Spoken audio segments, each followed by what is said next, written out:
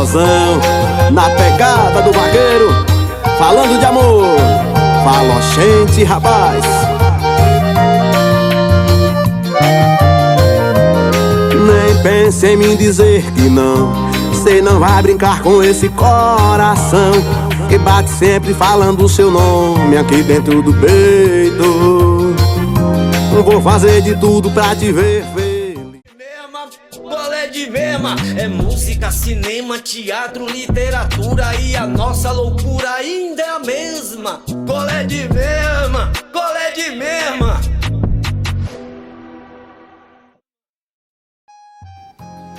Forrozão, na pegada do vaqueiro. Boa noite, gente linda do meu território 18. Hoje a gente começou no forrozinho, escutem aí. Esse forró que a gente tá ouvindo é daqui do território 18, assim como todas as músicas que eu vou colocar no programa. Então, boa noite pra todo mundo, boa semana ao som de Falochente, desejo de te amar, desejo de te amar. Vai lá no YouTube, procura Falochente. Ó, só mais um pouquinho esse forró. Olho pro céu, sonhar acordado toda noite quando me... Pronto, tá. Aí, gostaram do forró? Hoje eu estou aqui vestindo Daniel Barbosa. Gostaram das artes Daniel Barbosa aqui vestindo? Então hoje o apresentador está vestindo Daniel Barbosa e hoje nós estamos aqui com o senhor Geraldo Prado. Geraldo Prado não é do território 18, mas é nosso vizinho. Vizinho assim, ó, coladinho. Ele é de Nova Açores, o trabalho dele é de Nova Açores, gente. Tem um trabalho incrível que é a Biblioteca Comunitária do Paiaiá, tá? Então hoje a nossa conversa é com Geraldo Prado, a gente vai falar sobre leitura, sobre livros, sobre a biblioteca. Boa noite, senhor Geraldo, tudo bom? Boa noite, Wagner. Tudo bem? Estou aqui, como vocês me convidaram, muito prazer. Tentando responder aqui o que vocês quiserem saber. Aqui é tranquilo, seu Geraldo. Alagoinha já é uma terra do senhor, assim, né? Sim, eu quando criança morei alguns tempos aqui com um tio, né? Ali na Doutor Dantas Bião, né? Que hoje a casa virou uma construtora, né? Uhum. Mas meu apelido é Alagoinhas, mas foi adquirido em São Paulo através de um amigo meu, cuja família era daqui. Ou seja, o senhor é tão daqui que o apelido é Alagoinha. É Alagoinha. Eu adoro também essa cidade aqui, né? Uhum. Eu tenho parentes aqui, tenho primas aqui que moram aqui, né? Uhum. A professora Maria Prado, que é daqui, que é minha prima, né? Sim. Que mora aqui. Tenho Péricles, dentista, né? O seu Geraldo, tem uma família de nome Prado bastante importante na política de Sergipe. Tem alguma relação ou não? Rapaz, eu não sei, eu já tentei ver se tinha alguma ligação, mas não encontrei. Não achou não, achei, né? não. Acho que são poucos prados, né? Tem aqui, tem no Piauí, tem no sul da Bahia e tem em São Paulo. Mas São Paulo é os latifundiários paulistanos, né? Do século XVI até hoje. Né? A família... Aí tem uma ramificação muito grande. Nós temos uma ramificação da minha família, que eu sei, por causa da minha avó materna, né? Que o irmão dela foi para Salvador e lá juntou com a família Bahia. Então tem a família Bahia Prado, que faz parte da nossa viagem, né? Entendi. Gente, então, antes mesmo de eu já aqui entrar no assunto, deixa eu fazer a indicação literária de hoje, tá, gente? Paisagens Interiores, esse é o primeiro livro do ex-professor, agora aposentado, Décio Torres, da família que também, né, o senhor conhece muito bem, né, seu Geraldo, da família Torres, né? Eu acho que é a família mais literária da Bahia, né? Eu acho que o interior da Bahia é... Família Torres, né? Família Torres. Eu acho que... E o município dele também é... Sátiro Dias. Sátiro Dias. O seu Geraldo, me diga uma coisa, o senhor é baiano? Eu sou. O senhor é baiano, é nascido na Bahia? Nasci na Bahia, na roça, ali perto de Nova Açores. Nova Açores. Aí o senhor nasceu lá e veio morar em Alagoinhas? Não, em Alagoinhas eu vinha passar uns tempos aqui, vinha e voltava. Na época a estrada era de barro, era 8 horas, né, de viagem. Para vir de Nova Açores para cá? Para cá, num caminhão. Só tinha um ônibus que chamava Marinete, também demorava 8 horas, né? Então era difícil vir para cá. Mas eu vinha ficar aqui na casa do meu tio, com meu primo Luiz, né, que já faleceu. Depois voltava para Paiaiá, mas era pouco tempo. Mas esse apelido de Alagoinhas me deram lá em Nova Açores, que foi um colega meu cuja família era daqui, né? Mas morava em Santos. Ah, tá. E aí, num bate-papo lá na USP, né? No boteco, né? No boteco, ele falou que ia me batizar com o nome de Lagoinha. Alagoinhas. Ô, seu Geraldo, o senhor está falando, o senhor estudou na USP. Estudei na USP. Ó, pra gente aqui da nossa região, o curso universitário não é uma coisa muito antiga, né? Assim, Sim. né, a realidade, né, geral do povo de entrar na universidade é uma coisa mais recente. Sim. Como é que o senhor, nascido em Nova Soure, foi levado a fazer vestibular, a fazer uma faculdade? Bom, eu sempre sonhei em estudar, né? Eu sonhei em ser médico, né? Porque eu vi o médico lá, de vez em quando aparecia vestido de branco. Eu era menino de 10, 11, 12 anos, né? E achava aquela roupa bonita. Falei, Estudar para vestir uma roupa uma dessa. roupa desta, né? E não tinha, era ilusão de criança. Minha mãe até falava, né? Deixa de ser besta, né? Essa coisa de rico, né? Eu morava na roça, né? Com meus pais, meu pai, meus irmãos. Aí não pintou nada de medicina, né? Eu terminei o primário aqui já com 14 anos de idade, né? Lá no Paiaiá, numa escolinha rural, né? E aí fiquei trabalhando até os 19 anos, para 20 anos aqui na roça. E como todos os jovens daquela época, e hoje continua também, com essa idade, saía para São Paulo para ir trabalhar, eu fui também. Para trabalhar lá. Trabalhar lá, fui num pau de arara aqui, foram 9 dias de viagem, daqui para São Paulo. Né? Meu Deus do céu. E o senhor foi trabalhar lá de quê? Aí eu cheguei lá, bom, tinha muitos parentes que trabalhavam como motorista de ônibus, cobrador de ônibus ou ajudante de pedreiro. Eu não gostava, nunca gostei de trabalhar pesado. Eu falei, ajudante de pedreiro eu não quero. Né? Motorista de ônibus eu não podia por causa da minha vista, eu sempre tive a vista ruim. Né? Cobrador de ônibus, vamos ver. Mas acontece que minha irmã casou com um rapaz de lá, meu cunhado, e morava em São Paulo e ele era zelador de um prédio na rua Santa Ifigênia, que na época chamava-se Boca do Lixo, hoje é Cacrolândia. Né? Então, esse prédio ainda está lá, na Santa Ifigênia, esquina com a Rua Aurora. Né? E lá, o meu cunhado falou, você vai ficar aqui trabalhando como porteiro e faxineiro. Eu fiquei trabalhando como porteiro e faxineiro. E querendo fazer o ginásio, o antigo ginásio, né? O Fundamental 2 hoje, né? Mas eu tinha vergonha de ir num colégio que tinha perto e me matricular, porque eu já tinha 20 anos, né? Como é que eu vou ficar no meio da gurizada, né? Com 20 anos, né? Como aluno, não quero. Eu já tinha tentado aqui, fiz uma tentativa de fazer o Madureza antigo, né? Que é hoje o supletivo, né? Tinha um instituto, Paiaiá tinha correio, e chegavam as propagandas de um instituto como é que é? Universal Brasileiro. Eu sei, que a gente fazia uns cursos, a correspondência. A correspondência. Eu me matriculei nesse curso, recebi a apostila para fazer o Fundamental 2. Fundamental 2, né? Mas não fiz, né?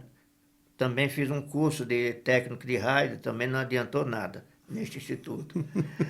Aí quando cheguei em São Paulo, conversando lá na portaria, tinha uns meninos que moravam no prédio, né, uns garotos de 16 anos, né, que estudavam por aqueles colégios, e a garotada falava, ô baiano, você vai estudar e tal, né?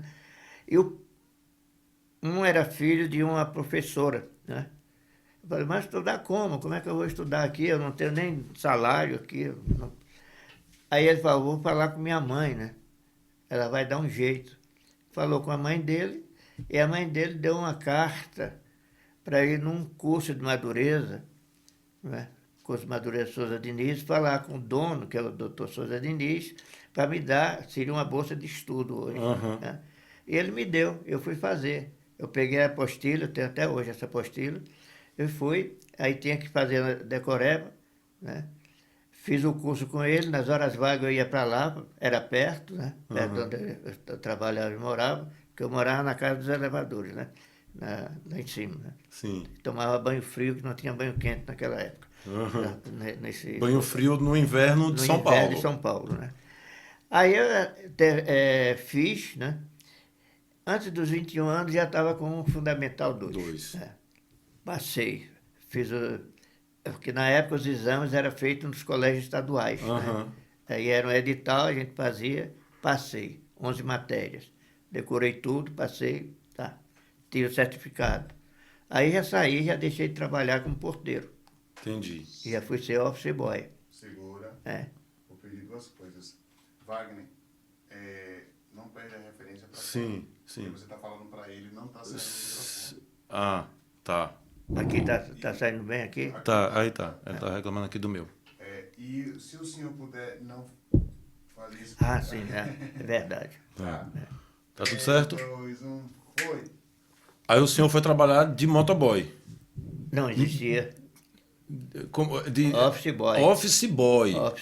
Office boy. Que era entregar a pólice de seguro nos prédios em São Paulo. Sim. Né? Era uma companhia de seguro.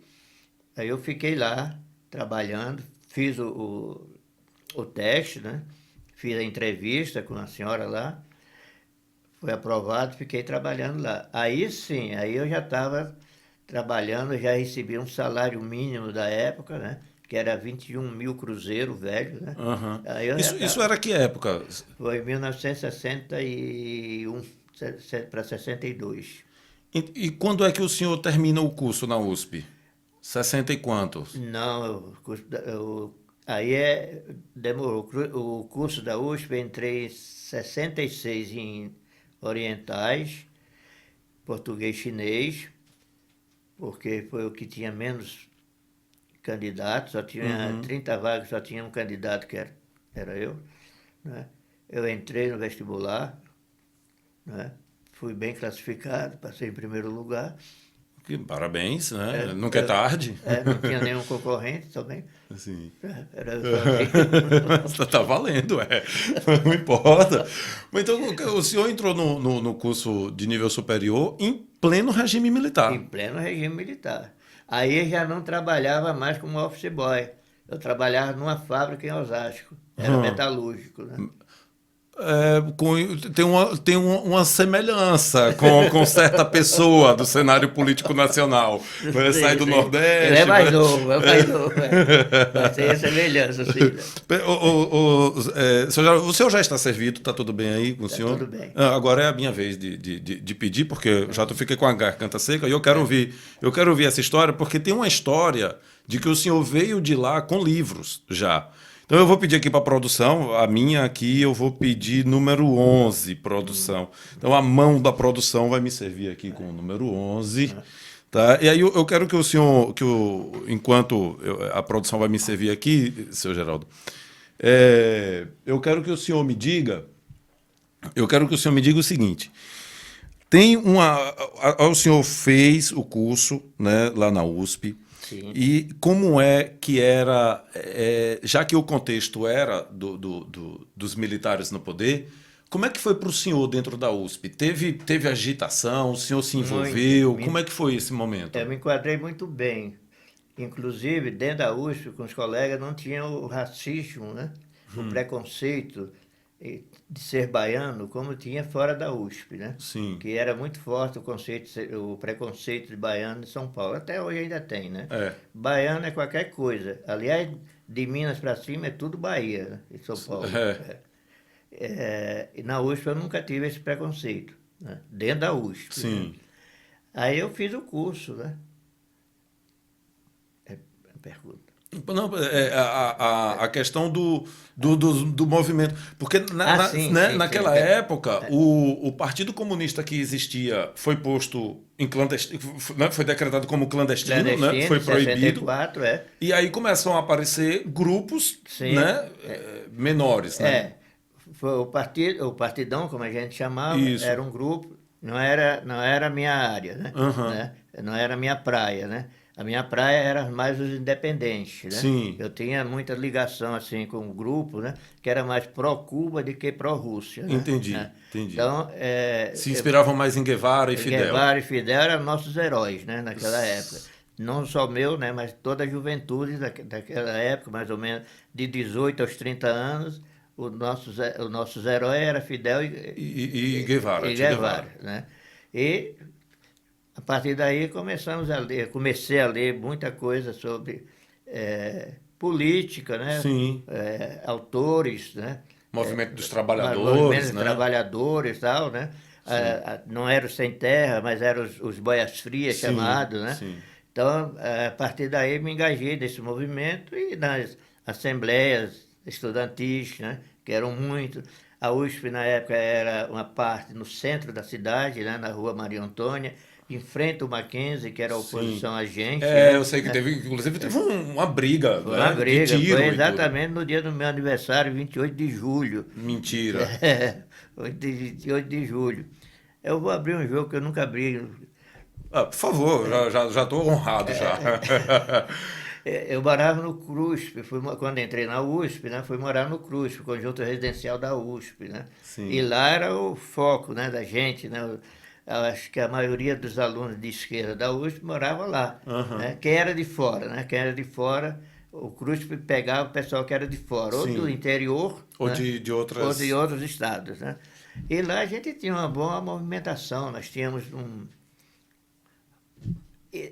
um movimento bom, colegas bons, e também de leitura, né? Né? Grupos de leitura. Grupos de leitura sobre marxismo, sobre história, sobre economia, né? Tudo isso. O senhor panfletou? Muito. Fez teatro? Um pouquinho. Um pouquinho. Um pouquinho, mas muito pouco. Aí tinha tudo isso, Tinha né? tudo assim, isso. assim, Tinha- por esses jovens, né? Por esses jovens. Aí também, já no final, na metade para o final da década de 60, veio os festivais da música popular brasileira. Verdade, né? verdade. Que foi muito, muito animado para nós do CRUSP, né? Né? Com os participantes, né? Primeiro teve, antes da Record, né? Teve o festival, acho que foi em 65, né? Da TV Excelsior, né? Que a Elis Regina ganhou com Arrastão, né? Sim, sim. E Arrastão era uma música de protesto. De protesto, né? E nós todos estávamos lá, né? Sim, sim. E depois da televisão, lá, todo o apoio, a gente ia por bares, né? Também, que é um ponto... Claro. Toda a universidade costuma ter uns bares ao redor. A mão da produção aqui agora chegando, muito obrigado. A mão da produção é sempre...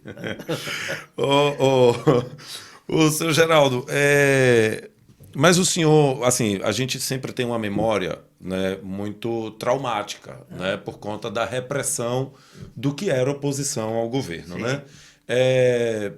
O senhor teve algum amigo que tenha sido preso, torturado ou desaparecido, alguma coisa assim?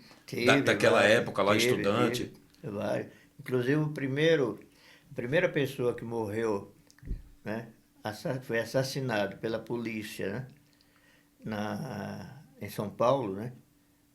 Pessoa de esquerda, era um estudante, colega nosso do CRUSP, né? Amigo, morava no mesmo bloco que eu, né? Foi o Zé Arantes, né? Que ele foi assassinado ele estava já na luta armada, né? Sim, sim. E aquilo era clandestino, pouca gente sabia quem é que estava na luta armada, né? Sim, E ele foi assassinado na ponte de Pinheiro, né? Da Rua Pinheiro, em São Paulo. E o senhor tinha... Era amigo inclusive de jogar xadrez, né? De conversa, né? Tinha um centro de vivência que a gente reunia ali e tal, né? E o senhor nunca sofreu, não? Nunca foi preso? Eu tive umas prisãozinhas, assim. Umas prisõezinhas, gente. Me diga, né? Quantas prisõezinhas? De passeata foram 2, né? Naqueles corre-corre que a polícia chega. Chega, pega e leva lá. Era o Fleury, o delegado Fleury. Sim, famosíssimo.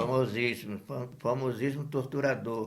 Isso. E morreu justamente, como é que diz, como deveria morrer. Né? E o senhor participou da Comissão da Verdade, do depoimento? Não me Não? procuraram não, mas eu Oh, queria. é, Eu queria. é. Mas eu participei, e por último eu tive uma prisão menor, né? Quer dizer, todas elas foram pequenas, né? Mas a mais grave foi a da Albana. Então, seu Geraldo, o senhor está lá fazendo curso na USP com essa coisa toda dos militares. Esse curso foi até quando? Como é? O senhor ficava vindo aqui? Como é isso? Eu vinha de vez em quando, né? Eu vinha de vez em quando, porque aqui era perigosíssimo a gente falar em política, principalmente política de esquerda, aqui no interior, porque todo mundo detestava, dedava, né? Entregava mesmo. Entregava mesmo, O senhor inclusive sabe, o padre, né? eu acho que hoje seria a mesma coisa. Eu acho que sim, Né? também. Inclusive o padre, eu tive uma, como a gente chamava, dizia, ainda chama hoje, de arranca-rabo com o padre lá, né? Uhum. Por causa do ACM, né? O velho. Sim. Né? E o padre ameaçou me excomungar. Né? Eu falei que ele podia excomungar, né? Porque ele falava que eu era ateu, né? Como é que eu podia ter me transformado de um católico, né, praticante para um ateu? Aí foi uma grande discussão, né? E nós, Porque acredita-se que todo comunista é ateu. todo Não é? comunista é ateu. Mas Né? o senhor é comunista? Não sou Não. comunista, não. Mas defende os Eu trabalhadores. defendo os trabalhadores e defendo os regimes socialistas. Certo. Né? O senhor é filiado a algum partido? Ao PT, Ao PT. Desde a fundação, não? desde 1980. É, desde a fundação. Eu tive um intervalo que eu não votei no PT, que eu estava no Rio de Janeiro e o PT lá não estava muito bem, eu votei no Brizola. Entendi. Mas está dentro da esquerda. Sim, sim. E aí o senhor... Então o senhor não estava morando aqui na Bahia, mas quando é que o senhor volta a morar aqui? Não, eu não volto a morar, eu nunca voltei a morar aqui. Não. Né? Eu morei aqui em Salvador nesse final de 60, né? Que a barra pesou em São Paulo, e eu mais três amigos, resolvemos vir para cá e moramos aqui. Eu morei um ano aqui em Salvador, eles ficaram quer dizer, dois estão até hoje aqui, né? Eu voltei para São Paulo para terminar o curso, que eu não conseguia a transferência do curso para cá, porque eu já estava há mais de 4 anos, né, fazendo o curso, né, entre chinês e história, né, porque eu migrei de chinês para história, eu queria terminar o curso de história. Né? Então eu voltei para lá. Foi nessa volta que a Obama me pegou. Né? Certo. Olha, eu fiquei agora curioso. Se o senhor não estava morando aqui, não voltou a morar aqui, eu quero saber agora como é que foi a ideia da biblioteca, a fundação. Mas antes do senhor responder, a gente vai para um intervalo rapidinho, nosso primeiro intervalo. O pessoal vai ver os nossos patrocinadores e já a gente volta. Tá bom. Ô, forrozão, na pegada do vaqueiro, falando de amor, falochente, rapaz.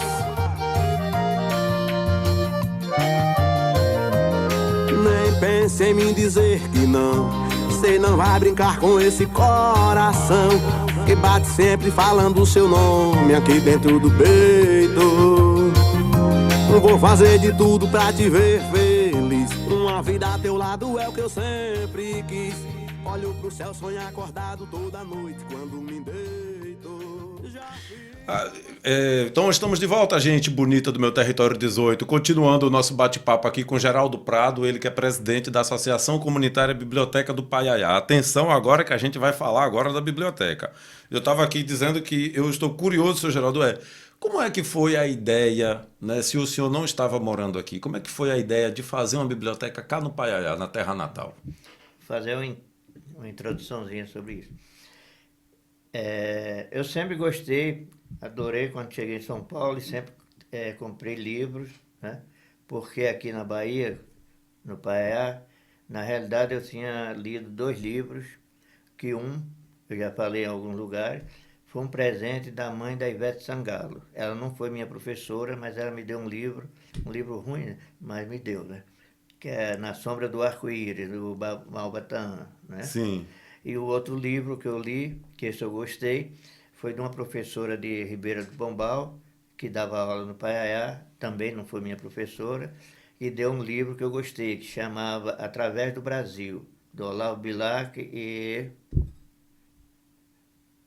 O segundo autor não lembro, que era um sociólogo de Sergipe, né?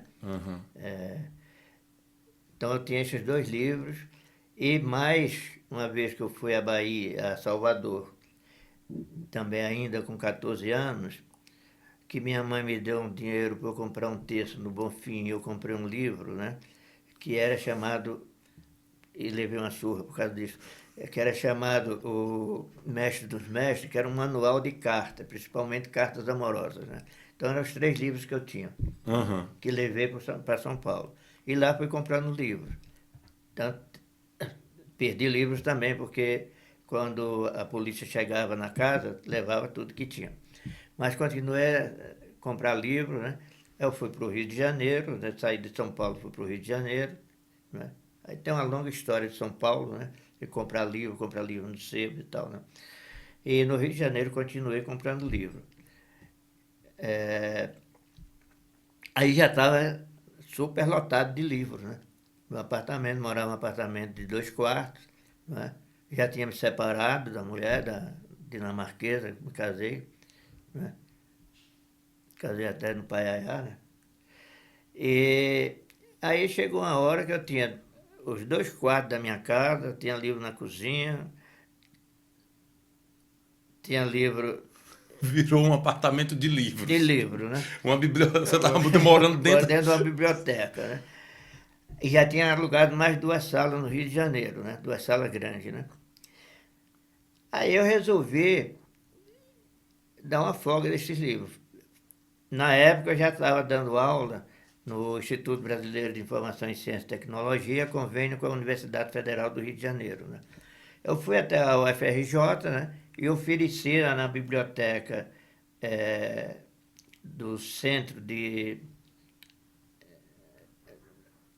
Ciências Humanas, né? Sim. Ciências Humanas, e não queria receber aqueles livros. Eram muitos livros. Já passaram dos 50 mil, né? Aí nem pensar, já estava começando o negócio da informação, da informática, da informatização e tal, livros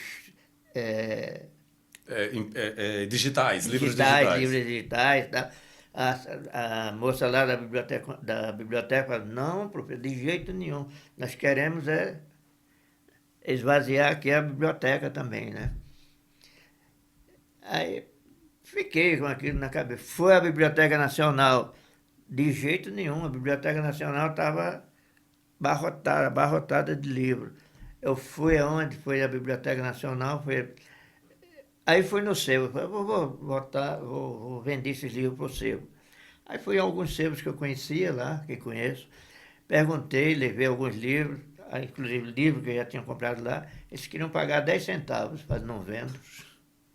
Caramba. Eu prefiro jogar na calçada. Jogar fora, mas não vendo. Aí deu um estalo, falei, eu vou para a Bahia. Eu peguei o avião, vim para cá, fui lá para o Paiaiá. Eu tinha um sobrinho que estava 16 para 17 anos fazendo como é que é não era o normal, não, o pedagógico, né? Ah, sim, sim. O pedagógico, né? Eu levei até um livro do Piaget para ele, né? Eu cheguei lá no Paiaiá, né? Era magistério que falava? Magistério. Eu fiz magistério. Pois é, você é mais ou menos da idade dele, né? Que é o Arivaldo, né? Aí perguntei para ele, né? Expliquei o que era a biblioteca comunitária. Biblioteca ele conhecia, mas biblioteca comunitária, qual era a finalidade, né, da biblioteca comunitária, né? E se ele toparia fazer uma experiência. Aí ele falou que sim. Eu voltei para o Rio de Janeiro, desculpa. À vontade. Não, eu tô curioso. 50 mil livros. Como é que o senhor trouxe 50 mil livros do Rio de Janeiro para cá? Aí fomos preparar o transporte, né? Eu já tinha participado de umas campanhas lá de arrecadar livros, né, para mandar para o Maranhão, né? Tinha um movimento lá de mandar livro para o Maranhão.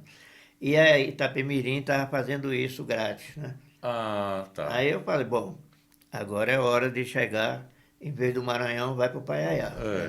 Eu falei, fui lá na garagem da Itapemirim. Aliás, desculpa, antes tem um rapaz lá no Paiaiá que tinha um caminhão que fazia transporte de carga de São Paulo para cá, para Bahia, né? Sim. Aí eu falei com ele, né? Se não poderia transportar livros para cá. Ele concordou. Aí eu mandei 13 mil livros nesse caminhão. Esse foi o caminhão que chegou no Paiaiá, naquele dia que eu já falei em algum lugar, que o Jornal Nacional estava noticiando uns roubos de livros. Eu ia perguntar isso, que me falaram, Wagner, pergunte para seu Geraldo a história do roubo de livros do Itamaraty. Pois O seu Geraldo roubou.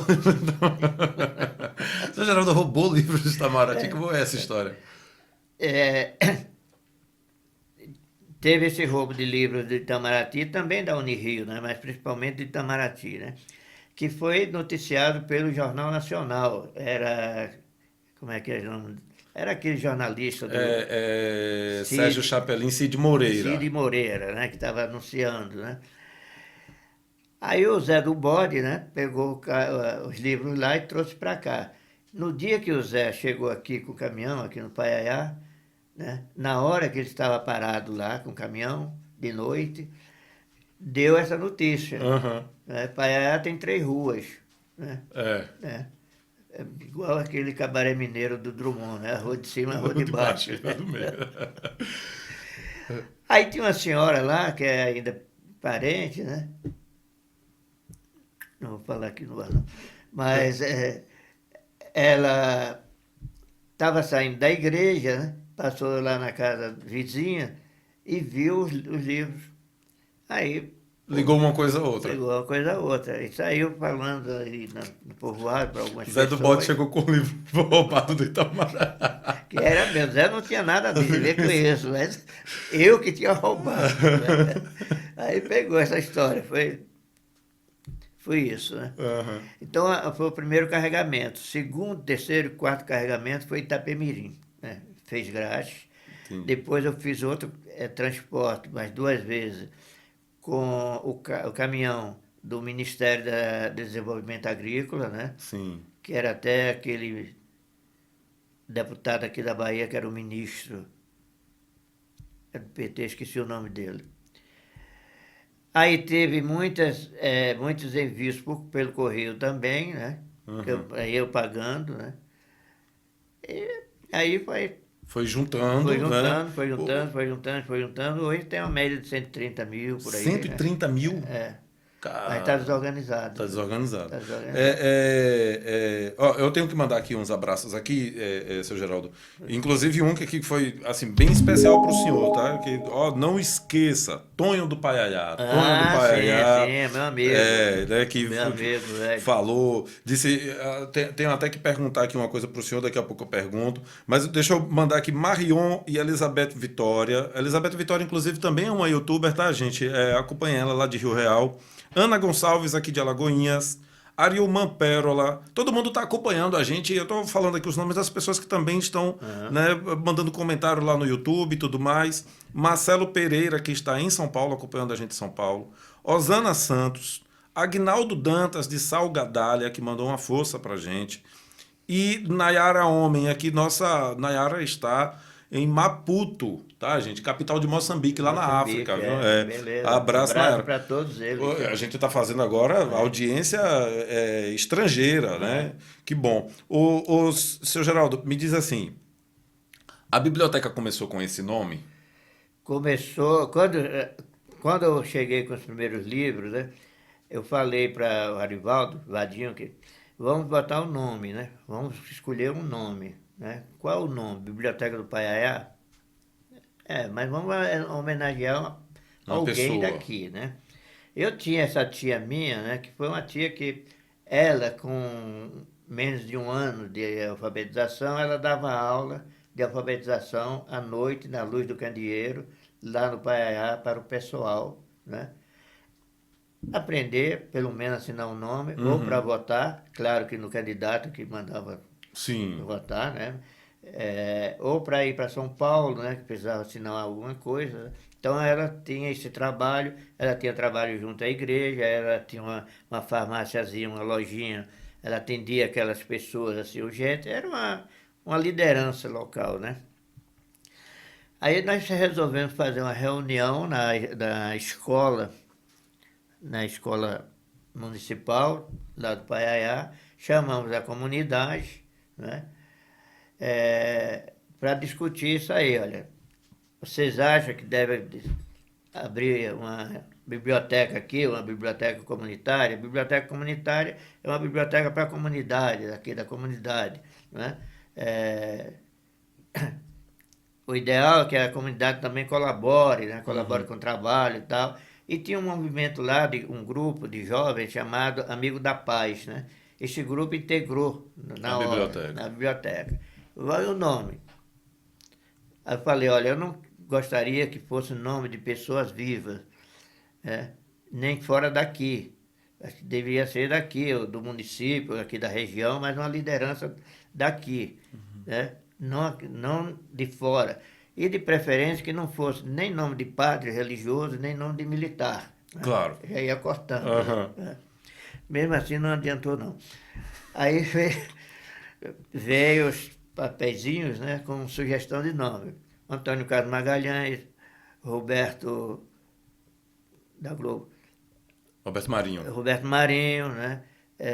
Padre não sei das quantas, né? O padre agora ainda não existia, não. E outros mais. Até que uma pessoa de lá, uma professora, estava lá no fundo, levantou a mão e falou, sugiro um nome. Dona das Neves, né?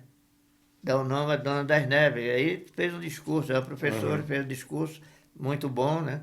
E convenceu, todo mundo votou o nome das Neves e ficou a Biblioteca Comunitária Maria das Neves Prato. Foi um nome tirado pela comunidade. Né? Isso foi quando? Foi em 2001. 2001. 2001 ou 2002, 2001. Então, a Flipaiaiá que aconteceu agora é mais ou menos assim, uma comemoração dos 20 anos. Dos 20 anos, exatamente. Eu vou dizer aqui uma coisa para o senhor, que eu não tinha dito antes aqui nos bastidores, mas eu tenho um pé lá no Paiaiá. O velho João Catarino. João Catarino? João Catarino é meu avô. É a casa onde hoje está a biblioteca. É a casa onde está a biblioteca. João Catarino é meu avô, tá? Inclusive, eu estou aqui mandando abraço aqui, a família não pode ficar de fora, então deixa eu cumprir. Sim. Eu não conheço mais ninguém da família do seu João Catarino. Né? E ele trocou essa casa para o meu irmão, por uma cela. Sim. Meu irmão deu... Como foi? A cela, que cela cara, hein? Que cela. Eu sei que tem uma transação do meu irmão, que já morreu, com a cela de cavalo, trocando por aquela casa. Né? Eu acho que a casa era do meu irmão. Ah, não, foi depois. Foi do seu João Catarino. Aí vendeu para...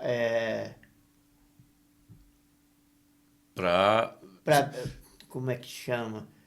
A família dele está lá ainda.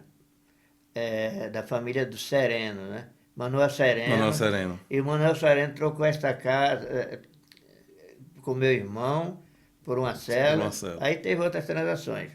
Aí eu já comprei, quando eu resolvi comprar a casa, tinha alguém lá que estava querendo vender, e a casa custava R$2.000, eu comprei, né? Entendi. Então deixa eu completar aqui o abraço aqui para Ana Maria, que está lá ainda no Paiaiá, é minha tia, e Tânia e Diana, que hoje estão no Itaí Miúdo, tá? Abraço para vocês, viu, gente? Senhor Geraldo, eu vou ler aqui uns dados sobre leitura no Brasil para que a gente possa comentar o seguinte. O primeiro diz assim, ó, que o varejo no Brasil, né, o varejo no caso de livros, né, ele cresceu muito, certo? Nós estamos em 2021, nós passamos 36 milhões de exemplares vendidos. Um aumento, né, assim, de quase 40% em relação ao ano anterior. E aí nós temos, assim, de acordo com a pesquisa, as vendas de livros cresceram no Brasil no primeiro semestre desse ano, de 2022, né, em 46,5%, certo? Aí diz, ao observar os dados da população, a faixa de 5 a 10 anos foi a única que teve um aumento de leitores. A faixa que lê mais está aí entre 18 e 30 anos. Sim. Né, mas a que teve aumento foi de 5 a 10 anos. Aí também teve aumento nas vendas de livros de e-books, né, que são os livros digitais. o crescimento foi de 43% nesses livros, então, portanto, cresceu mais do que os livros físicos. E aí, vamos lá. Agora, a leitura do brasileiro, né? Como é que o brasileiro lê? Então, o brasileiro lê, em média, de quase 5 livros por ano. Média nacional. Só que, aqui é que está aqui a questão. Só que metade desses livros, eles não são lidos completamente. As pessoas começam e não terminam, certo? Metade aqui. 60, agora a questão social desses leitores, né? Diz 67% da classe A, né, dos ricos, 67% diz que lê. Já as classes B e C, a classe B, apenas 63% diz que lê. A classe C, 53%. E se a gente for para baixo da classe C, apenas 38% das pessoas. Ou seja, de cada 10 pobres, 3, né, tem prática de leitura, certo? Desde 2007, o Brasil vem tendo uma média de 50% da população, né, como leitora. Tá? Mas diz assim, 60% das escolas não tem biblioteca. O professor não é leitor. E 70% das famílias não tem um livro em casa. Quando tem, é a Bíblia. Se a gente for comparar os nossos estudantes com o restante do mundo, numa escala de 1 a 6, né, os nossos estudantes de 15 e 16 anos, eles estão numa escala 1. E aqui eu vou dar um dado triste, que é o seguinte: apenas 18% das pessoas leem literatura. Apenas 18%. E 50% das pessoas que leem literatura dizem que têm dificuldade de entender o que lê. Ou seja, lê, mas não entende. Como é que o senhor vê o papel das... Assim, eu não quero trazer para o específico da biblioteca comunitária, mas eu queria pensar o seguinte, como é que o senhor vê essa questão do Brasil? Né? Qual é a questão do Brasil em relação... A gente tem, por exemplo, hoje, né, a gente teve um presidente que disse que os livros têm... como foi que ele falou? Ele disse um montão de um monte de coisa escrita, né? Ou seja, o livro tem um monte de coisa escrita, né? Que não deve ter lido nenhum. Né?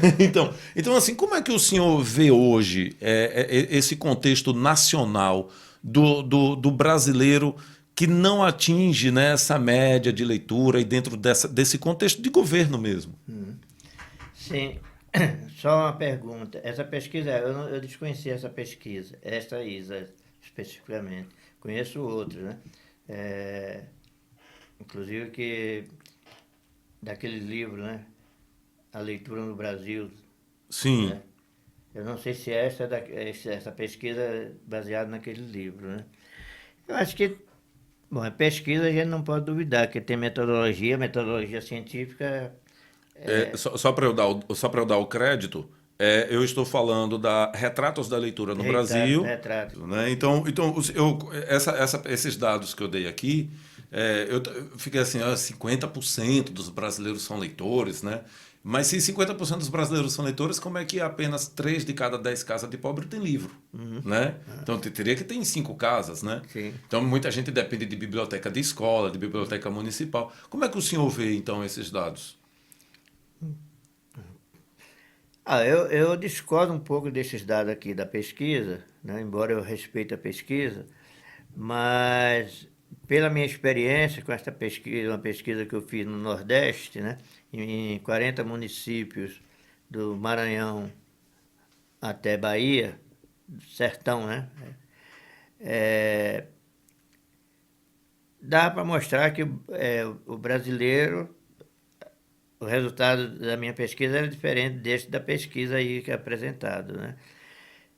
Tem uma coisa que coincidia aí, né? Que é a Bíblia. Né? A Bíblia, sim. Tanto a católica como a evangélica, né? Ela é o livro mais lido. Eu imagino que no Brasil inteiro, pelo que a gente vê aí na mídia. Né? Mas é isso mesmo. Agora, pega o outro recorte, a biblioteca pública. Esse é um problema sério, e não é de hoje, é histórico no Brasil. Né? A biblioteca pública está lá quase que por obrigação.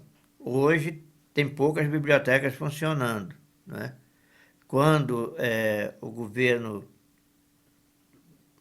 Lula, com o Juca Ferreira, ele tentou zerar o número de municípios com bibliotecas públicas. Mas bota bibliotecas públicas, e daí? E o resto?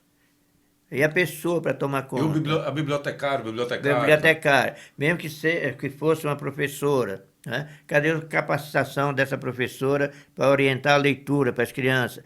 Cadê as escolas, as bibliotecas das escolas, que é uma lei oficial criada pelo Lula também, né? Era obrigado que todos os colégios, os cursos tivessem uma biblioteca. Onde estão essas bibliotecas? Pelo menos nas escolas que eu passo, não vejo. Mesmo na cidade do Rio de Janeiro. Eu passei, pelas escolas que eu passei, seu Geraldo, tinha a biblioteca, mas ninguém vai. Tem isso também. Eu vi isso dentro da cidade do Rio de Janeiro. Né? Por que o brasileiro lê pouco, seu Geraldo? Na minha opinião, é um problema cultural. Né? É um problema cultural, né? Vem desde a origem, né?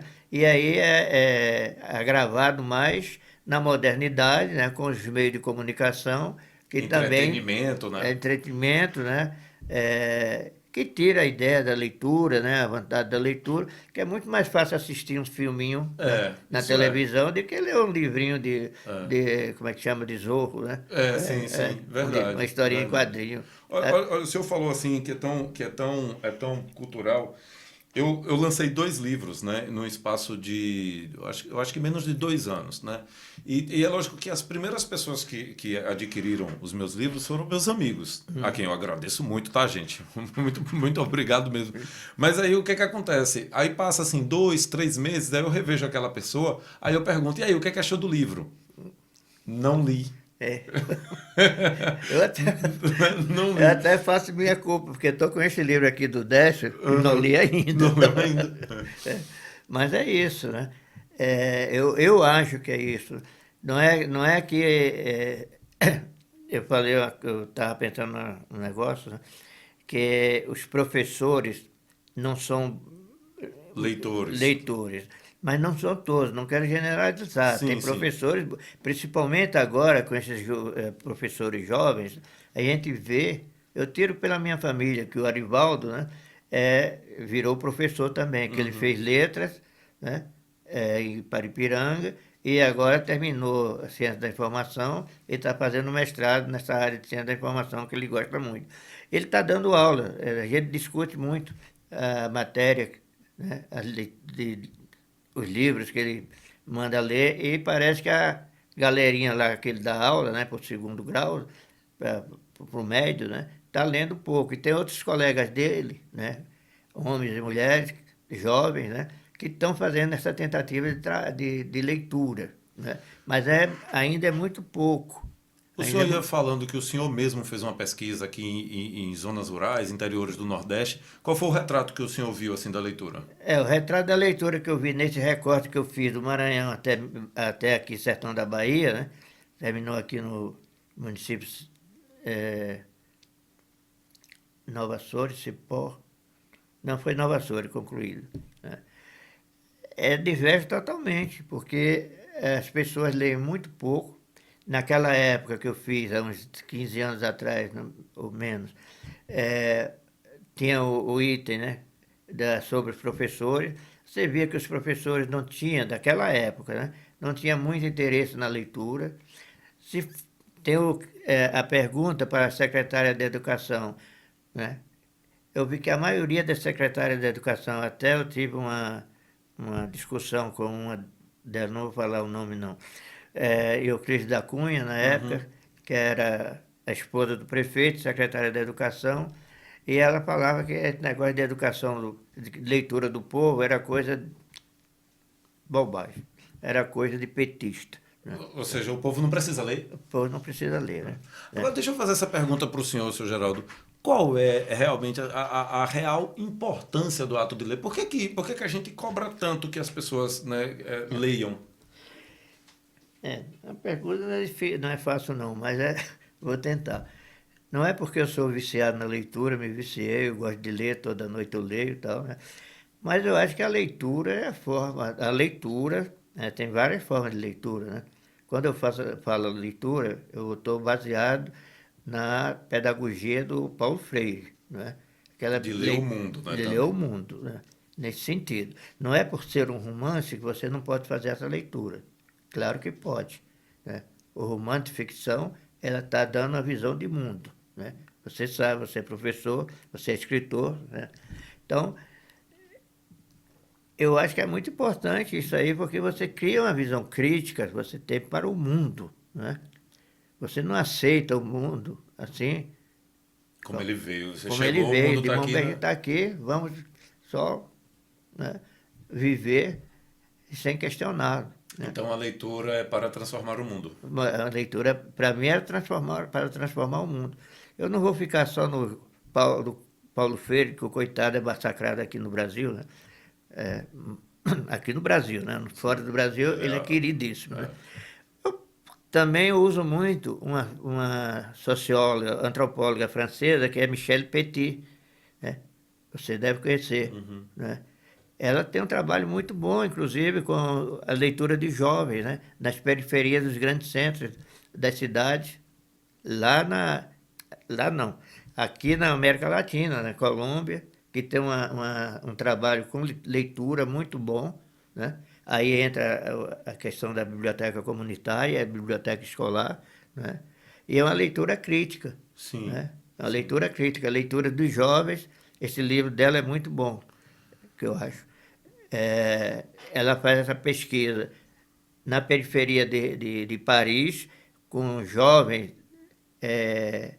descendentes, jovens migrantes, né? Vieram da colônias, né? Das Das colônias. colônias, né? Da África, né? Daqueles outros países ali, Oriente Médio e tal, aqueles refugiados, né? É muito bom. Ela pegou na Colômbia, né, em Bogotá também, jovens da periferia, e pegou em São Paulo também jovens da periferia. É fantástico esse livro. E ela mostra isso aí. E tenta mostrar isso aí, né? O senhor está falando de uma coisa que é assim, não adianta ter as bibliotecas públicas, né? A leitura serve para isso, é preciso ter o equipamento, mas além do equipamento, né? Como formar leitor? Como né? formar leitor. O que fazer para que o... Né? Porque a biblioteca, estando lá como um elefante branco, ela não tem. Pode estar até com as portas abertas, vamos visitar, vamos ver e tal. Mas se não tiver essa preocupação com a leitura, né?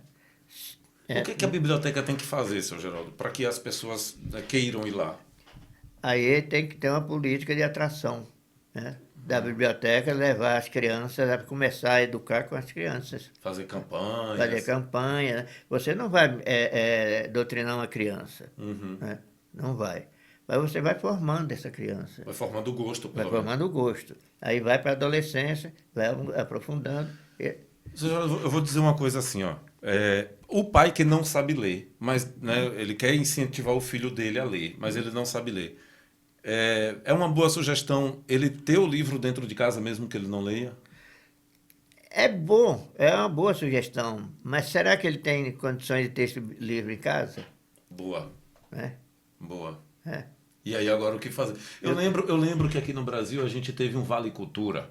Sim. Né? Não sei se você lembra, que era um Lembro. cartãozinho que os trabalhadores recebiam e aí tinha 50, 60 reais por mês, né? Lembro disso. Isso é bom. Isso eu acho que seria uma boa Estratégia. né? Isso aí tivesse continuidade, porque também tem isso.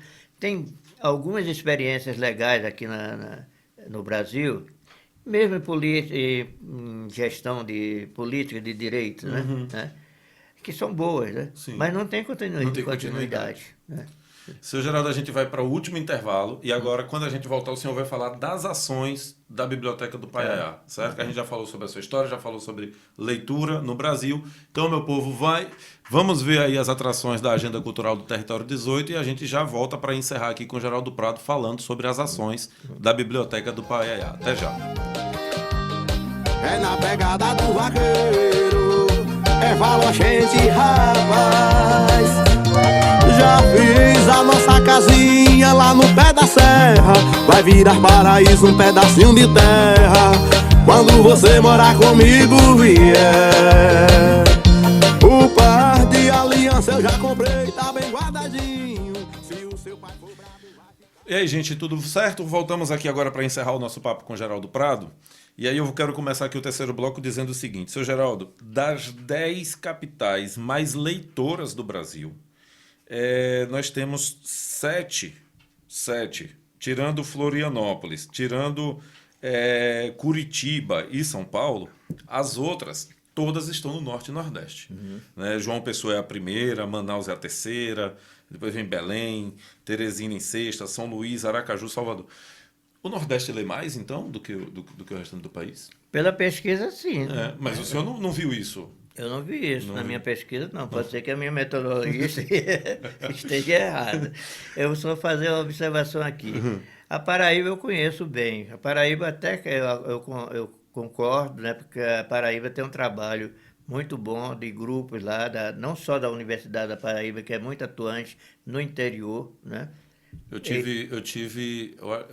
acho que não foi na Federal, acho que foi na Estadual, Delmiro Gouveia. Alagoas. Alagoas. É o FAO. É o FAO. O FAO, foi isso mesmo. É o campus avançado da UFAO. Eu achei uma coisa mais incrível do mundo, porque era no meio do nada, assim. Sim. Né? Aquilo tudo seco e um campus universitário ali. Cara, eu achei aquilo sensacional. Mas você na Paraíba encontra como é que é? Na Paraíba eu tive, sim, em Campina Grande. Tem Campina Grande, tem a estadual e tem a federal.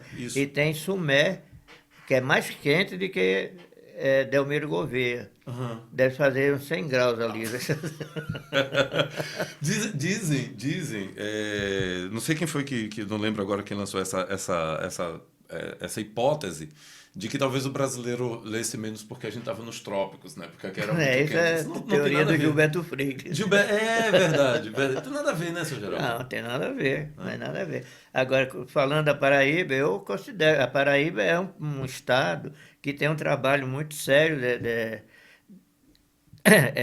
sobre a leitura, né, a universidade, a cultura em geral, né? Você vê que a Paraíba apresenta grandes artistas jovens, né? Agora, você vê aí apresentando na televisão, né?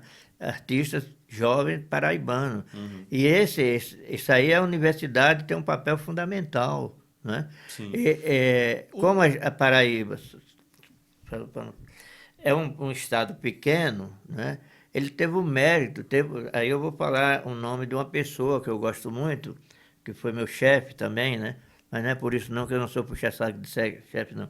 Mas foi o professor Linaldo Cavalcanti, né? Que foi reitor da Paraíba, da Federal, e ele modernizou. Na época da ditadura militar, ele abriu a Universidade Federal da Paraíba, né? Para o conhecimento. Sim. Né? Aí veio a Universidade Federal da Paraíba, né, e a estadual em Campina Grande e foi ampliando os campos no interior, interiorizando, sim, né? Sim. Com trabalhos muito bons, né? Trabalhos muito bons. A família que nunca teve um universitário, a partir do momento que ela tem, me parece que vai escolando ali dentro da... Sim, né? Outros começam a despertar para isso, né? A minha família nunca teve um universitário. O senhor foi o primeiro? Eu fui o primeiro. Né? Não pelo esforço da família, né? Mas foi esforço próprio. Né? Eu tenho uma pergunta aqui de Adriana de Crisópolis. Eu vou dar um dado primeiro antes de eu colocar a pergunta dela porque está casado. Né? Ela diz assim, o dado diz assim, 7% das pessoas que acessam livros hoje no Brasil acessam livro através de bibliotecas ou de escola, ou municipal, ou comunitária. Ou seja, aí o papel da biblioteca comunitária na formação de leitores. Eu ia falar né? dela. Aí, a Rede Nacional de Bibliotecas Comunitárias, a RNBC, ela tem hoje 115 bibliotecas cadastradas. Certo. A do Paiaiá está cadastrada na rede? Está na rede da Bahia, né? Está na rede da Bahia. É. Aí a Adriana pergunta o seguinte: seu Geraldo, manter uma biblioteca comunitária é difícil? Como o senhor paga as contas? Tá. Primeiro eu vou fazer uma introduçãozinha das bibliotecas. O movimento de biblioteca comunitária, que eu comecei a me interessar antes da Biblioteca do Paiaiá, ainda na década de 90, né, no Rio de Janeiro, eu acho que foi uma das grandes coisas, dos grandes acontecimentos aqui no Brasil. Porque realmente a biblioteca comunitária, como disse uma colega minha que é professora aposentada da Unirio, que fez a tese dela sobre biblioteca comunitária, a biblioteca comunitária chega onde o poder público não chega, né? É naquelas comunidades, tanto no Rio de Janeiro, como em São Paulo, como aqui na Bahia, né? Como em Pernambuco, que tem uma rede muito boa, né? Da releitura, né? Não sei se ela estende até a Paraíba. Então, a biblioteca comunitária foi uma grande descoberta, é uma grande contribuição para a leitura no Brasil. E a maioria delas segue essa teoria do Paulo Freire. Uhum. A maioria delas, né? Não digo que seja 100%. Né? Então, como eu estava falando, da Paraíba, eu tenho essa impressão que foi a universidade que contribuiu muito, né, com o avanço da leitura na Paraíba. Uhum. Que na Paraíba não tem um movimento forte de biblioteca comunitária.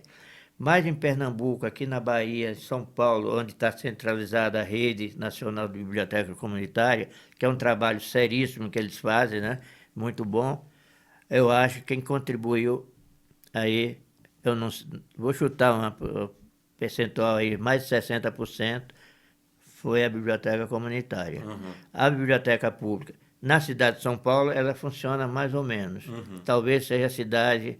Onde a biblioteca pública funcione mais, né? Melhor, né? Melhor, porque no Rio não funciona bem, né? Funciona sim, funcionou bem na época do Brizola, né? Funcionou bem na época de outro governador lá, depois apaga. Até porque tem aquela ideia também da população, aquela senso comum, né? Que leitura, né? O que vou tirar, o que vou ganhar com a leitura? Eu não preciso ler livro para trabalhar, Para trabalhar, para ganhar o pão, né? Então é isso. Aqui da Bahia, né, a Oxe Bahia e também a Rede Salvador, tem um trabalho brilhante na periferia de Salvador e no extremo sul da Bahia. Uhum. Né? Um trabalho muito bom de biblioteca comunitária. Eles até fizeram encontro essa semana, eu não pude ir, acho que está encerrando hoje ou amanhã, né, por esses dias. Mas é um trabalho bom. E cadê? Quem financia? Ali foi a pergunta aí também. Pergunta de Adriana de Quem Crisópolis. financia? Boa parte da biblioteca comunitária, boa parte é financiada pela própria comunidade. Comunidade que se vira, faz vaquinha, faz isso, aquilo outro, faz festinha, né? No caso, lá em Paiaiá é assim? Não.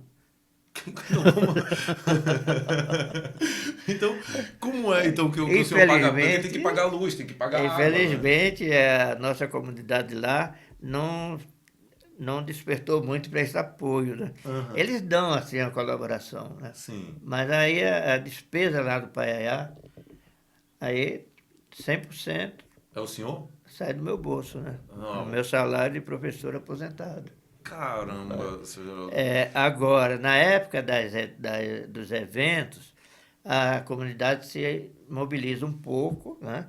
Contribui um pouco. Para você ter uma ideia, eu fiz uma vaquinha uma vez, acho que foi no segundo ou no terceiro evento, passando um livro de ouro, tanto no Paiaiá como em Nova Açores, como em Cipó e Olindina, nós conseguimos R$150. Né? Tá zorra, gente. Aí eu desisti. Para que descansar, né? É muita mobilização para pouca coisa. Aí eu eu invisto, boto no meu salário, né? 13º, vai para lá, devolução de imposto de renda vai para lá, para os eventos, né? E aí, durante o evento, às vezes eu consigo algum apoio. Esse ano, né, nós fomos muito felizardos, que nós tivemos um apoio fantástico, né? O melhor apoio que nós tivemos em todos os anos que a gente está fazendo essas festas literárias foi este ano, por causa do Luiz Eudes. Luiz Né? Eudes. Luiz, Grande Luiz, é um militante da é um literatura. militante, é um militante. Agora, tem um outro lado, né, no nosso caso do Paiá. Nós temos a colaboração dos palestrantes. Os palestrantes vão lá sem cobrar nada. Ah, sim. Né? Eles chegam ao ponto, como o próprio Décio, né? Sim. O Tom, né? O Antônio Torres, né? Que esteve lá também, e vários outros. Eles pagando do bolso dele, hospedagem, passagem, tudo. Pela né? amizade e pela causa. Pela amizade e pela causa. Né? O senhor Jorge, o senhor estava respondendo também outra pergunta que tem aqui, de Rafael Diambupe, que ele pergunta quem são os parceiros da biblioteca. Eu acho que ele deve estar querendo saber se existe parceria com escola, prefeitura ou empresa, alguma coisa assim. Não, nós fazemos assim, nós queremos ser parceiro da prefeitura, né? Mas nem sempre, às vezes a prefeitura é parceira. Nos eventos a prefeitura colabora um pouquinho, né? Tanto a de Olindina, mas colabora, a Nova Açores colabora mais. Olindina, Cipó, essas coisas, colabora sim. Manda as escolas lá para o evento, já é uma grande coisa. Sim. É uma grande coisa. Né? Mas na hora de botar... De custo nada, De custo nada. Quer dizer, a de Nova Açores, esse ano colaborou bem, né? Porque o prefeito é filho do Paiaiá, a secretária da Educação é filha do Paiaiá. Sim. Né? Eles colaboraram bem assim com transporte, né? Um pouco de alimentação, né? Para os visitantes. Senhor Geraldo, o senhor não é sozinho na biblioteca. Quem é que lida com a biblioteca junto com o senhor? Arivaldo. Que é o seu filho? Não, seu sobrinho. Seu sobrinho, que ele fica entre a biblioteca e a Universidade Federal de Aracaju, onde ele está fazendo mestrado, né? E a escola que ele dá aula em Nova Açores. E mais a irmã dele, né, a Jaqueline, que ela fica lá, que ela já está formada em biologia, não tem emprego, então ela fica lá atendendo quando tem um grupo de alunos, né? Ou seja, aí é mais do que voluntário, já é coisa de família, né? É coisa de família, né? Voluntários são poucos, né? São poucos. Né? Gente, enfim, assim, o trabalho é muito bonito, muito importante, fundamental, mas traz essa coisa um pouco triste também da nossa realidade, né? Senhor Geraldo, vamos falar então das ações da biblioteca. O que é que a biblioteca tem feito nesses 20 anos, né? Além de disponibilizar o acervo? Nós começamos, né, com as ações, com editais que nós ganhamos, até 2015, mais ou menos. Né? Daí para cá não conseguimos mais nada. Então, esses editais eram voltados para formação de contadores de história, que foi bom, né? Nós fizemos algumas capacitação lá, formação de professor, atualização, aperfeiçoamento de professores, né, do ensino fundamental. Rural, do meio rural. Foram 2 professoras daqui que nós contratamos, aqui de Alagoinhas mesmo, 2 colegas daqui de Alagoinhas. Elas iam para lá, né, fizeram durante 4 anos, mais ou menos, fizeram essa capacitação, enquanto durou os editais, os editais, né? O senhor deu uma data que é coincidente também, a data depois de 2015. Bom, depois de 2015 a gente teve uma mudança de governo, né? Teve uma mudança, né? E aí ficou melhor? Nós não tivemos aqui, em termos de governo, nenhuma participação de governo estadual. Né? Mesmo esses editais eram federais. Federais, né? E hoje não existe mais. Hoje não existe mais, né? Federais ou então privados, ONGs privadas, Eu né? sei. Como da Brasil Foundation, né? E do HSBC, né? Sim. E foi isso, né? Assim, por exemplo, as autoridades aqui da área de cultura e educação do governo do estado, nós tivemos a presença de 2 pessoas lá. Foi Albino Rubim, na cultura, que ele fez Era o uma secretário de Cultura. secretário de Cultura, ele fez uma visita lá, né, para conhecer a biblioteca, foi com uma comitiva, né, apareceu lá e tal, e ele sempre, quer dizer, dava apoio moral para a gente, e dá até hoje, né? Sim. Ele escreve artigo para a gente publicar, né, nos anais e tal. Nós temos já 3 livros publicados, né, lá pela biblioteca. Ah, que ótimo, né? que ótimo. O último foi um livro publicado pelo edital da lei Aldir Blanc, né? Aldir Blanc. Que nós fizemos um curso de leitura com crianças e adolescentes, né? E o resultado desse curso, nós publicamos um livro com os textos desses meninos, né? Que, Peraí. Esse livro do edital aí da Lei Aldir Blanc, os autores dos textos que estão ali são crianças, adolescentes? Adolescentes e jovens. De Paiá. Do Paiá. São Paiá, histórias Nova Açor, deles. do município. História deles. Nós estamos recebendo a segunda parte dos livros, né, que deve chegar agora por estes dias, e que nós vamos lançar isso no dia 8 de dezembro, que é a festa da padroeira de Nova Açores. Eu já quero. Peraí, Eu vou conseguir. Então, não é só formação de leitor. Aqui o senhor está falando de formação de escritor. De escritor. Já tem jovens escrevendo, sendo já tem publicados. jovens escrevendo e bons textos, né? E Ótimo. de comunidades rurais, né? Que ótimo. Que Do ótimo. Paiaiá, de outras comunidades rurais, só tem um da sede. Uhum. Ele é muito bom também, o moleque. Mas da sede só um que participou. Uhum. Né? Que ótimo, seu Geraldo, que ótimo. O Luiz deve ter algum exemplar desse livro. Né? O senhor estava falando de política federal, dos editais. Teve uma lei do ex-governo, né, do Temer, no final do governo dele, de 2018, teve uma lei da leitura. Né? Teve, mas nós não pegamos. Não, aquela ali foi o seguinte, foi a senadora Fátima Bezerra, junto com o professor Castilho, que é um batalhador desse tipo de trabalho, né? Que ele é de São Paulo, eles fizeram a lei da leitura e da escrita. Isso. Né? E foi aprovado no Congresso. E o Temer sancionou a lei. Mas até hoje ela não foi colocada em prática. E ela também é bem genérica, né? Bem genérica, isso. Bem genérica. Né? Mas pelo menos é um instrumento que tem. É um instrumento legal. Então, além desses editais que a biblioteca participou, publicando jovens escritores de lá, também tem várias coisas que a biblioteca tem feito lá. Sim, a gente faz encontros, teve os encontros do livro da leitura no Semiárido 2, né? Nós fizemos 4 seminários, parece-me, né? Tem... Vou perguntar uma coisa que me pediram para perguntar. Me disseram que a biblioteca faz datas comemorativas, como o Dia das Crianças, sim, Carnaval. temos. Fizemos muitas lives. Agora, na pandemia, nós fizemos mais ou menos umas 40 lives sobre vários assuntos, né? Com várias pessoas. Inclusive, o Albino participou de uma delas, né?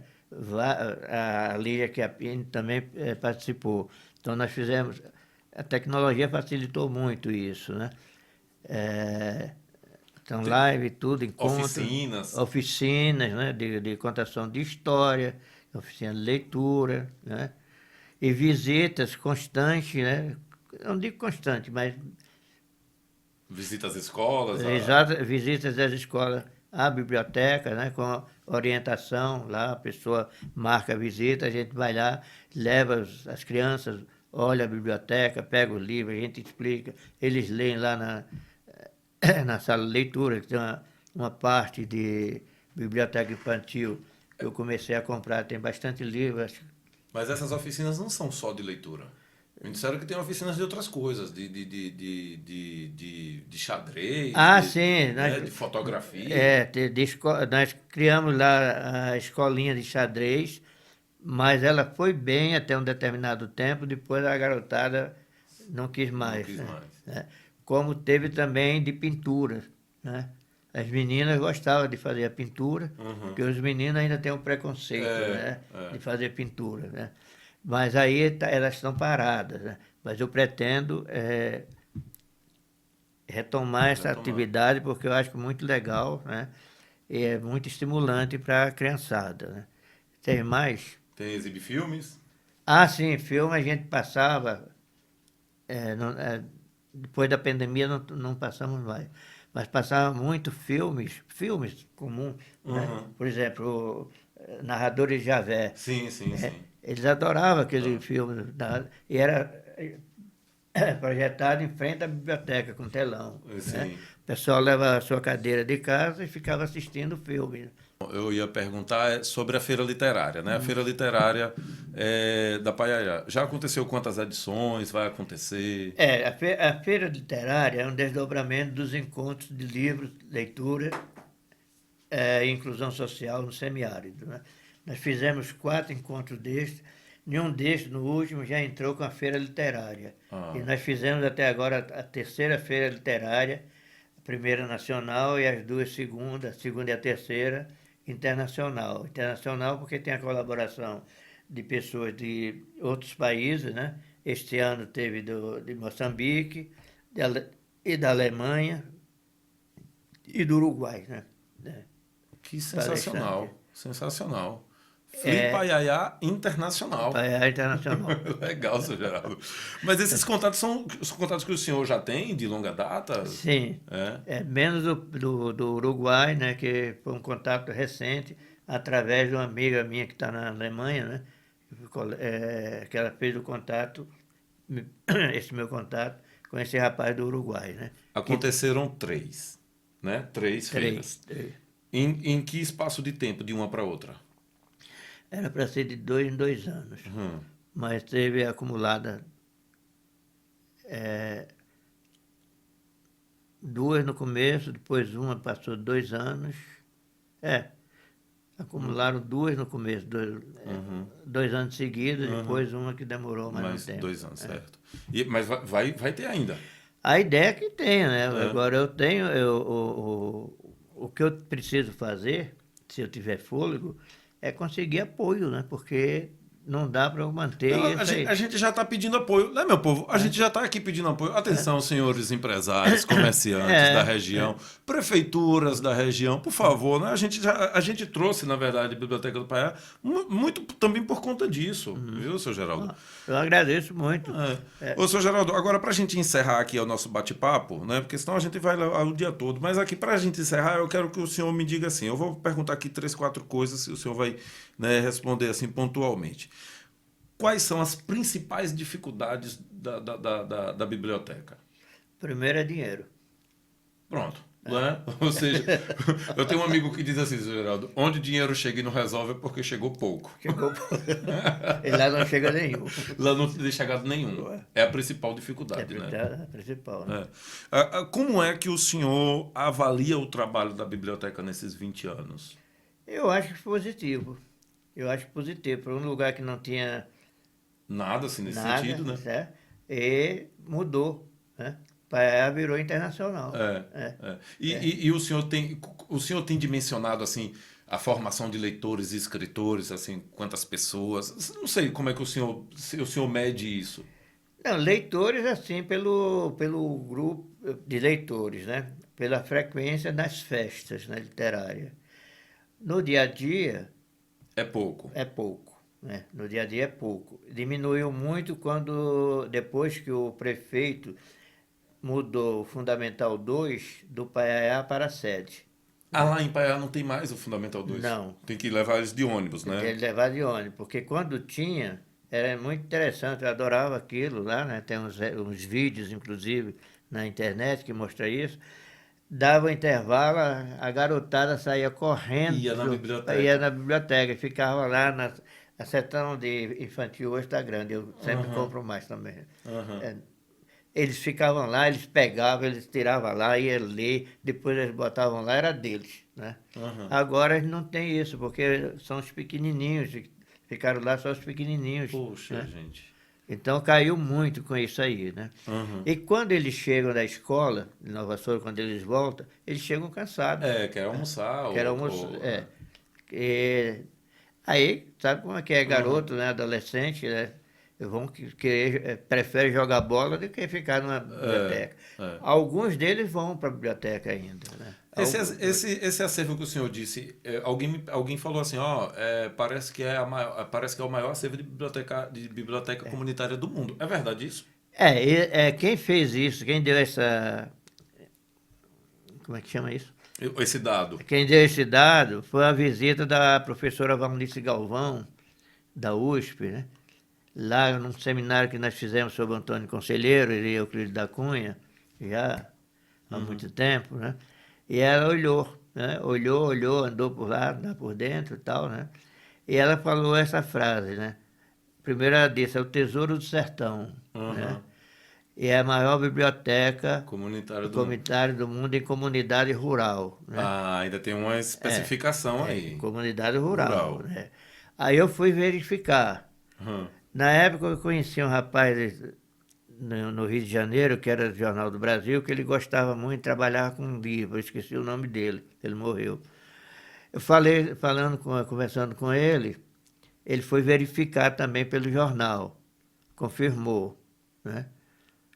E teve mais uma terceira pessoa. Aí eu fui pesquisar mais, quais são as grandes bibliotecas comunitárias no mundo, né? Aí eu encontrei um local no Reino Unido, que é a Cidade dos Livros. Só que não é biblioteca, é uma cidade, é uma comunidade pequena de 1.800 pessoas, Paiaiá tem 400, de 1.800 pessoas, que se tornou um centro de comércio de livros, tá aí, né? E depois, Espanha, que tem uma biblioteca que atende a comunidade, mas a comunidade de pesquisadores, né? Em Uruenha, perto de Valladolid, é uma cidade que tem menos habitantes que o Paiaiá, 200 habitantes, mas esse centro de pesquisa é um centro de pesquisa sobre livros da Espanha medieval. Tá. Entendi. Então, abrangendo assim, em um acervo mais abrangente, a do Paiaiá está na frente. Paiaiá. E a menos financiada, apoiada, né, pelo poder público, também é do Paiaiá. Seu Geraldo, para encerrar aqui, eu quero perguntar para o senhor o seguinte. Quais são as propostas que o senhor tem para a biblioteca nesses próximos, 1, 2 anos aí à frente? Uma é continuar a feira, né? Outra é tentar, né, ver, aproveitar os editais, né? Fazer editais para conseguir verbas para até reformar a biblioteca, porque nós fizemos uma reforma agora no telhado, né? Mas essa reforma saiu da... Eu sei como é, do próprio bolso. Do próprio bolso, né? Mas nós temos outra parte da biblioteca que nós precisamos recuperar, porque até para distribuir uma parte do acervo que está fechada numa sala, né? E sabe que livro fechado ele estraga, né? Então nós vamos procurar algum apoio aí, né? Certo. Eu espero, né, que aí já é até uma cantada, porque quando o Jerônimo esteve lá em 2019, a Flipa do Paiaiá foi a primeira do estado da Bahia. Sim. E o Jerônimo estava lá na abertura, ele ficou o dia inteiro lá. Uau. Ele gostou muito. Né? Eu espero que o Jerônimo agora seja vencedor, né? Que aí vão chegar no ouvido dele, né? Quer dizer, se ele me receber no Palácio de Ondina, eu acho que ele recebe, porque ele é um cara educado, né? Chegar, governador, ó, aquele lugarzinho lá que você teve. Atenção, senhor Jerônimo, viu? O recado está dado aqui, viu? Agora, para encerrar aqui, de vez, qual seria o mundo ideal, assim, para formar leitores? O que é que falta para que o Brasil seja um lugar de formação de leitores? Eu acho que falta muita coisa. Principalmente por parte do governo, porque, quer queira, quer não, né, a formação de leitores depende também do governo, e muito, né? É que a biblioteca, é a escola, a biblioteca da escola, é o professor bem formado, né? Campanhas. É a campanha, né? É o livro, acesso ao livro, livro barato também, né? Seu Geraldo, eu vou encerrar agora com a leitura de um poema. Eu sempre encerro aqui lendo um poema, tá? E esse daqui o senhor conhece, se chama Perguntas de um Trabalhador que Lê. Ah, eu conheço. Eu abri uma flipa lá. Uma flipa com a leitura desse poema. Esse poema é de 35, minha gente, de 1935, tem quase 90 anos. Então esse poema é de Bertolt Brecht e diz o seguinte: Quem construiu Tebas, a cidade das 7 portas? Nos livros estão nomes de reis. Os reis carregaram as pedras? E Babilônia, tantas vezes destruída, quem a reconstruiu sempre? E em que casas da Dourada Lima viviam aqueles que a construíram? No dia em que a muralha da China ficou pronta, para onde foram os pedreiros? A grande Roma está cheia de arcos do triunfo. Quem os erigiu? Quem eram aqueles que foram vencidos pelos Césares? Bizâncio, tão famosa, tinha somente palácios para seus moradores? Na legendária Atlântida, quando o mar a engoliu, os afogados continuaram a dar as ordens a seus escravos. O jovem Alexandre conquistou a Índia. Sozinho, César ocupou a Gália. Não estava com ele nem mesmo um cozinheiro? Felipe da Espanha chorou quando sua armada naufragou. Foi o único a chorar? Frederico II venceu a Guerra dos 7 Anos. Quem partilhou da vitória? A cada página uma vitória. Quem preparava os banquetes? A cada 10 anos um grande homem. Quem pagava as despesas? Tantas histórias, tantas questões. Tantas questões para a biblioteca do Paiaiá, né? Agora a gente acabou de saber quem paga as despesas. Está aqui o homem. E a gente está precisando de ajuda, não é isso, seu Geraldo? Sim, muito, né? Então vamos brindar aqui, seu Geraldo, para encerrar o Colé de Merma com o seu Geraldo. Muito obrigado, viu, seu Geraldo? Muito obrigado a você. Gostei muito. Não sei se eu atendi, né? Atendeu demais, né? Atendeu demais. Gente, próxima semana a gente retorna, né, ao Colé de Merma no mesmo dia, no mesmo horário, com Carlinhos Zambê. Aquele episódio de estreia que não foi ao ar, a gente vai regravar ele, tá? Próxima semana tá todo mundo convidado. Quem tá na correria pela periferia no interior da Bahia, me diga qual é de Merma, qual é de Merma. E quem faz sua parte pela arte em prol da comunidade é quem sabe qual é de Merma, qual é de Merma. Quem luta pela cultura, que conhece a sagrada labuta e é sobre essas lutas, qual é de Merma, qual é de Merma. Quem corre pelos pobres, a causa é justa, o gesto é nobre e é sobre esses corre, qual é de Merma, qual é de Merma. É música, cinema, teatro, literatura e a nossa loucura ainda é a mesma. Qual é de Merma?